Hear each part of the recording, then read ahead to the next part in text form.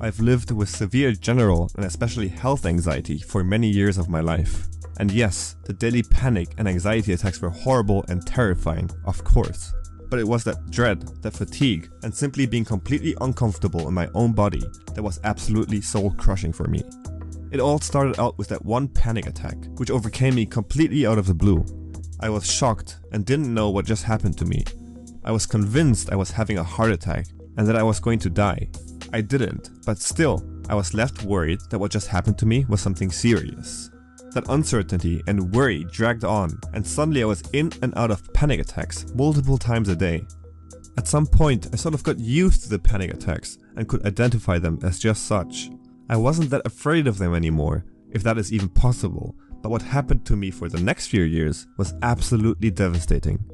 My mind was torn back and forth trying to believe that all this was just stress and anxiety, but still, I couldn't let go of the fact that all the doctors, all the tests I've done, they could have missed something.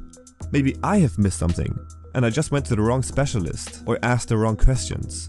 So I jumped from my family doctor to a cardiologist, then to a neurologist, an allergist, and so many more, and kept circling round and round. The question "what if" was constantly in the back of my mind and would never let me go.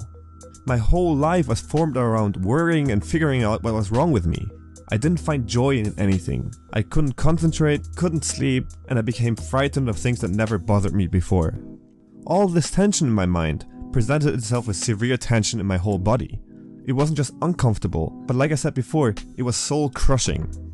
From the moment I got out of bed until I got back in, this tension didn't let me go. Everything hurt, and I had all these knots in my back muscles that I couldn't stop thinking about. I would constantly be aware of them, touch them, massage them in the hope to feel some relief. Nothing, really nothing worked. When lying in bed, I would feel so uncomfortable. I would toss and turn for hours because my brain couldn't stop thinking about this discomfort I was feeling. And guys, if I was lucky, I would get a few hours of sleep, but would wake up with itchy red eyes, a subtle headache, pain everywhere, and feeling more drained and out of energy than before my sleep. And the worst part of all of this was that I did get back my energy, but not because I found something fun to do, but because my obsessive worries kept feeding to my stress levels until I eventually escalated into yet another panic attack. This cycle happened over and over again, with each attack leaving me more tired and more tensed up.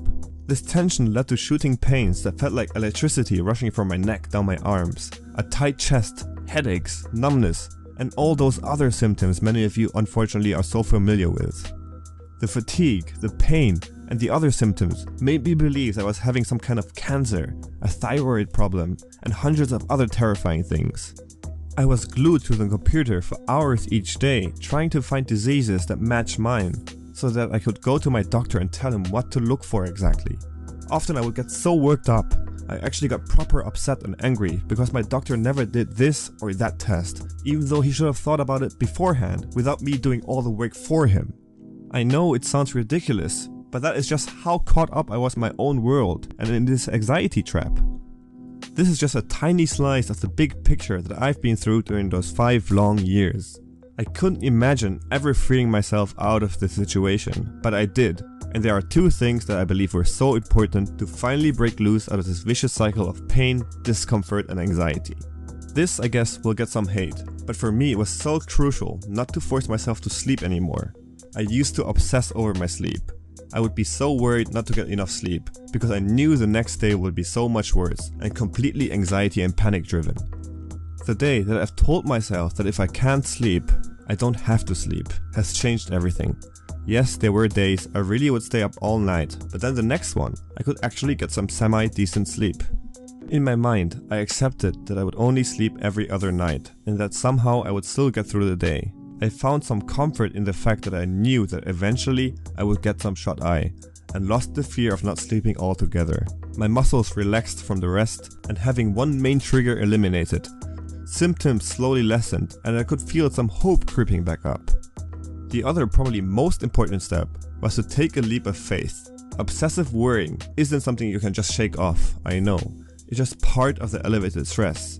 But what you can do is realize that there is absolutely nothing left for you to do.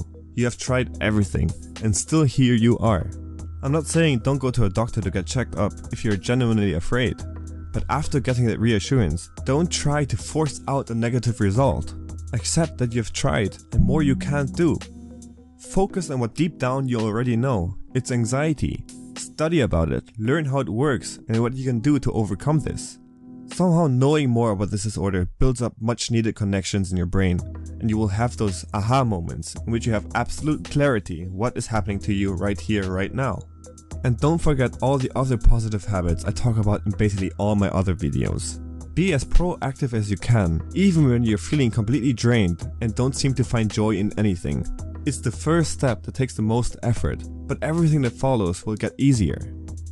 Thanks for watching everyone, and if you're new here and want to see more anxiety related content just like this one, consider subscribing.